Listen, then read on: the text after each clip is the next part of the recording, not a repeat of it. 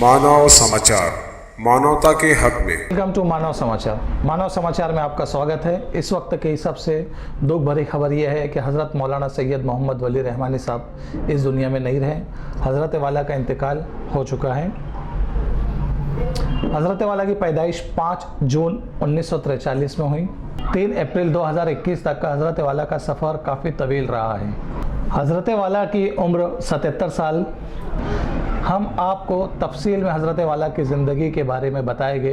वक्तन फ़ौक्तन हम हज़रत वाला के औराक आपके सामने पेश करते रहेंगे मानव समाचार की जानिब से। फ़िलहाल हम मुख्तसर तारुफ आपके सामने पेश कर रहे हैं हज़रत वाला का। हज़रत वाला सज्जादा नशीन थे खानकाह रहमानिया मुनगिर से। हज़रत वाला मुस्लिम पर्सनल लॉ बोर्ड के जनरल सेक्रेटरी के ओहदे पे फाइज थे। हज़रत वाला के निगरानी में रहमानी 13 क्लासेस चलाई जा रही है। मौलाना वली रहमानी साहब मेंबर ऑफ लेजिस्लेटिव MLC भी रह चुके हैं।